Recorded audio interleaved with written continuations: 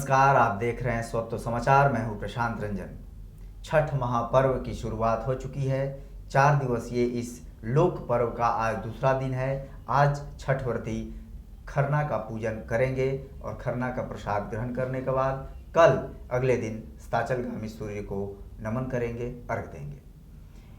षष्ठी के दिन छठ करने वाले लोग, छठ व्रती, अस्ताचलगामी सूर्य को अर्घ देते हैं और अगले दिन यानी सप्तमी तिथि को उदयमान सूर्य को अर्घ देने की परंपरा है। इस छठ पर्व को सूर्य षष्ठी पर्व कहा जाता है। इस तिथि का क्या महत्व है? षष्ठी और सप्तमी तिथि के दिन ही सूर्य को अर्घ देने का, अर्पण करने का, नमन करने का प्रचलन है, परंपरा रही है। इसके पीछे क्या कारण हो सकते हैं और कैसे हजारों सालों से भारतीय सभ्यता के लोग इसको अपने जीवन शैली का अंग बनाते हुए आज भी पूरी आस्था और तन्मयता के साथ छठ पर्व मनाते हैं। इन सारी बातों पर हम बात करेंगे वरिष्ठ पत्रकार और स्वत्व समूह मीडिया समूह के संपादक कृष्णकांत ओझा जी से। हमारे साथ हैं कृष्णकांत ओझा जी, स्वागत है आपका। छठ महापर्व जो आध्यात्मिक है, लोक पर्व है, इसमें बहुत सारी बातें कही जाती हैं, हम लोगों ने भी बहुत सारी चर्चाएं की है। लेकिन ये जो सूर्य षष्ठी है, इसमें तिथि का क्या महत्व है? षष्ठी तिथि का महत्व, सप्तमी तिथि का महत्व, इस बारे में हमारे दर्शकों को जरा सरल ढंग से बताइए। सूर्य को कहा गया है लोक का देवता, लोक का देवता, या ये कहें कि ब्रह्मांड का देवता। भगवान श्री राम को भी जब बिल्कुल अंधकार में दिखाया, जो रावण जी के जो प्रताप के समक्ष जब वो धूमिल पड़ने लगते हैं, तो आदित्य हृदय स्त्रोत अगस्त ऋषि उनको देते हैं। ये कला है, ये परशुराम की कला थी जो परशुराम ने आदि अगस्त ऋषि को दिया था, और अगस्त के माध्यम से ये जो है राम तक वो कला पहुंचती है, आदित्य हृदय स्त्रोत। तो आदित्य मतलब सूर्य, सूर्य को कहा गया है कि पृथ्वी, या पृथ्वी ही नहीं, आप इस सब में से सूर्य लोक जो भी है, सूर्य से जुड़े जितने जो ये जो लोक है, इस लोक में ऊर्जा का एकमात्र स्रोत कोई है तो वो सूर्य देव है। और शरीर में ऊर्जा का एकमात्र स्रोत जो है वह आत्मदेव है। तो आत्मा को भी सूर्य के स्वरूप में कहा गया है। और कहा गया है कि सूर्य तो है ही, परमात्मा जो है विराट है, उनके 2 चक्षु हैं, एक चंद्रमा है और एक सूर्य है। तो सूर्य भी है और चंद्रमा भी है। और जब आप वेद को देखते हैं तो वेद कहता है कि मनुष्य का जो आँख जो है वो अग्नि का स्थान है।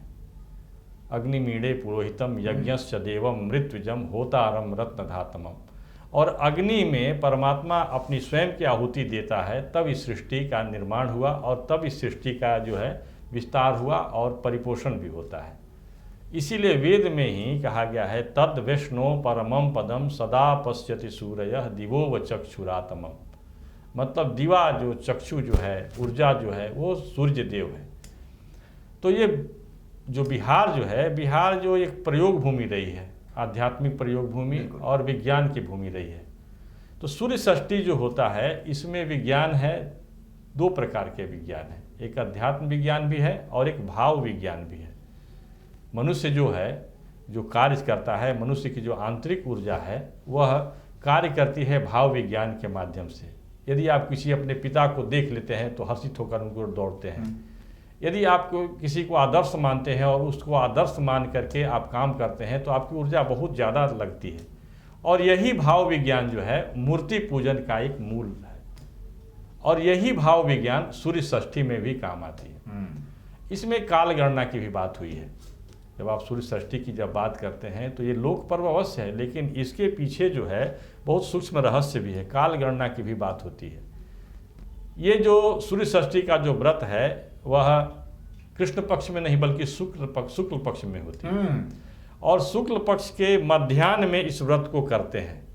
जैसे आपका जो पूरा शरीर है उसके मध्य में, हृदय में स्थित जो आत्मदेव हैं, उनकी ऊर्जा से आपके पूरे शरीर का संचालन होता है।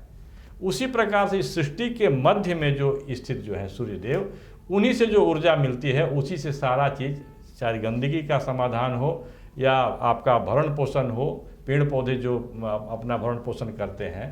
तो इस दिशा में गीता में भगवान श्री कृष्ण ने भी स्पष्ट कहा है कि जो इस सृष्टि का संचालन होता है वो सूर्य रूप में मैं जब तपता हूँ इसलिए होता है। गामा विश्य च भूतानि धारयाम्यहमोजस पुष्णामि चौषधि सर्वम सोमो भूत्वा रसात्मकम। कहते हैं कि ये जो जल तत्व है, जल तत्व हम देते हैं, जल मैं ही हूँ।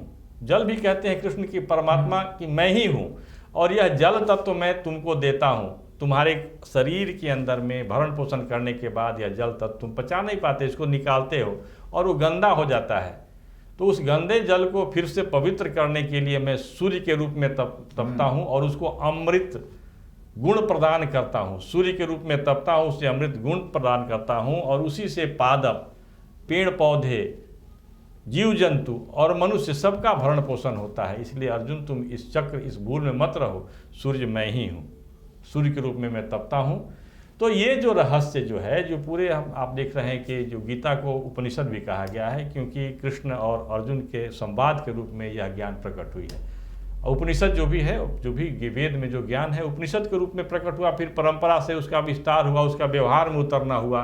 तो आज जो भी हम जल संरक्षण की बात करते हैं, जो सस्टेनेबल डेवलपमेंट की हम बात करते हैं, सतत विकास की जो बात करते हैं, उसका एक मॉडल ये सूर्य षष्ठी व्रत में है। आप अब देखेंगे कि सूर्य षष्ठी व्रत में जो प्रसाद जो हम अर्पित करते हैं सूर्यदेव के प्रति, उनके प्रति आभार व्यक्त करते हैं और अपने व्यवहार में एक सात्विकता लाते हैं, अनुशासन लाते हैं।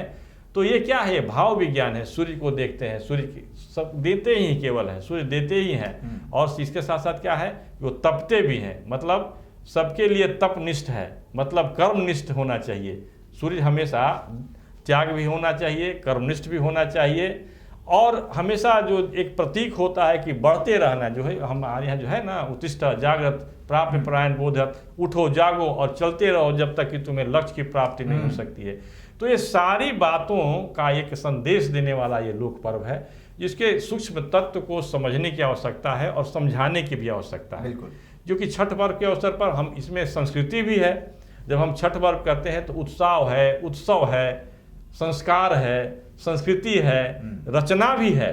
आप जब जा कर के देखते हैं कि सूर्य षष्ठी के व्रत के अवसर पर जो गीतों की रचना हुई है, इसमें संदेश भी है। हमने कल पिछले जो बातचीत की थी उसमें हमने कहा था कि रस रूप रस गंध स्पर्शवान पृथ्वी, पृथ्वी में रूप रस गंध है, और तेन आकाशात शब्द, शब्द जो है वो सबको नियंत्रित करता है।